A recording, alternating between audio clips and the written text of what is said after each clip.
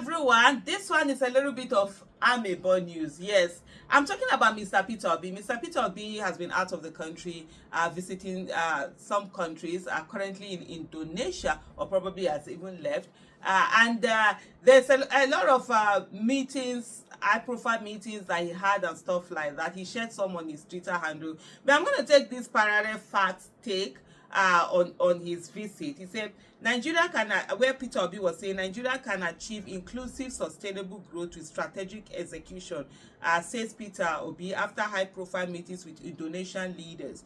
And you see a picture of him there with his team, also where he had met with the Indonesian, leaders. One of the things that was quite instructive was, one of the pictures, you see him taking notes, and there was also someone who had brought a picture of Tinubu when he was meeting with the Indian Prime Minister, and they were talking, and there were some two people. There was one behind Tinubu, another person behind the Indian Prime Minister who was taking notes. The Tinubu side, of course, nobody was taking notes. And I think there was another picture that particular person brought out again of Buhari when he met with the German leaders. I think it was on the German team. They were all taking notes. Nigerian team, nobody had a pen or anything, and the person just simply said, "This is the problem. We could see what the problem with Nigeria, has been." But coming back, let me come back to parallel facts. It says Peter Obi, the 2023 Labour Party presidential candidate, has underscored the importance of structured data-driven policies in Nigeria's development following the high-profile meetings with Indonesian leaders. Obi, in his recent visit to Indonesia, shared insights from his discussions with key figures in the country's past and present administrations, emphasizing how Nigeria can replicate Indonesia's success through strategic governance.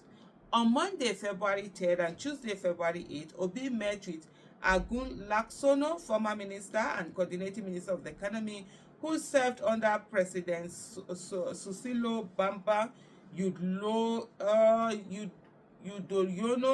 and Joko Widodo. Laksono provided deep insights into Indonesia's governance strategies, highlighting how meticulous planning, execution, and determination drove the country's transformation across critical sectors.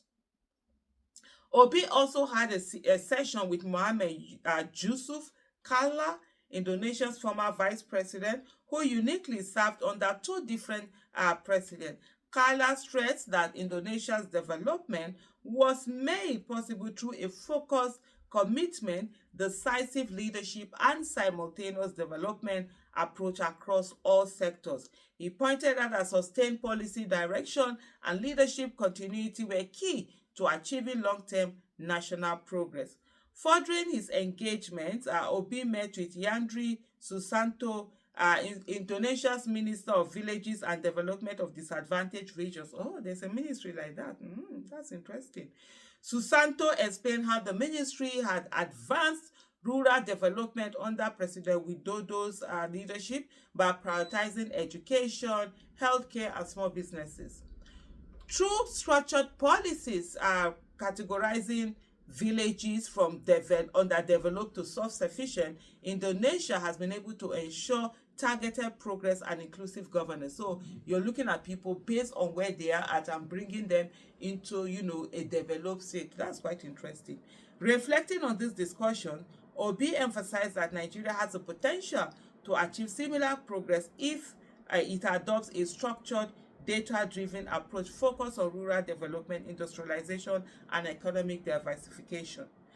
He stressed that with political will and strategic execution, the country can unlock its full potential, ensuring that no region is left behind and the journey is left behind. No region is left behind, rather, in the journey towards sustainable development. So this is what had come out of Mr. Peter Obi's, statement that he did.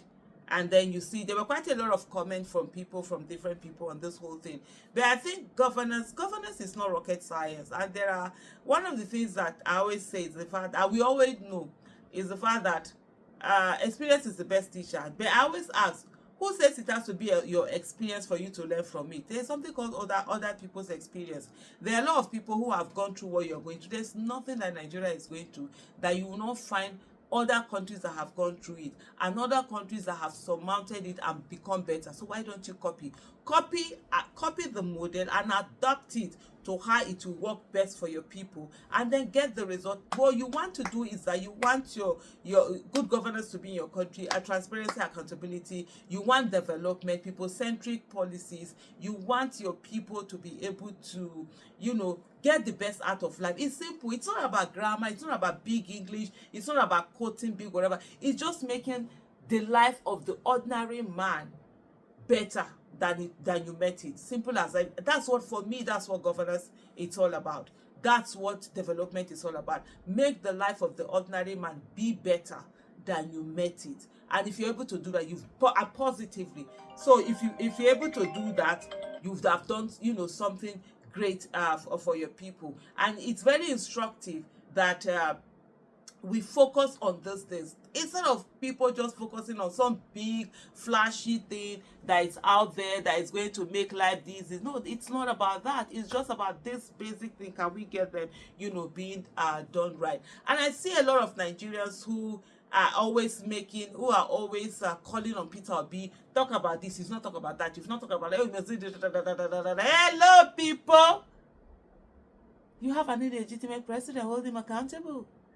But that's what we do always as Nigerians. We hold people who owe us nothing accountable, while leaving the people who are destroying our life to continue to do, what is doing. But I'm just going to read some tweets out here, people supporting this whole move. Like we have from Sarah Ibrahim. She said, this visit is paramount. Indonesia has a larger population than Nigeria and also a more diverse ethnic background with over 1,300 ethnic groups, while we have a little more than 250. And even with a larger population and ethnic diversity, they have successfully improved their economy.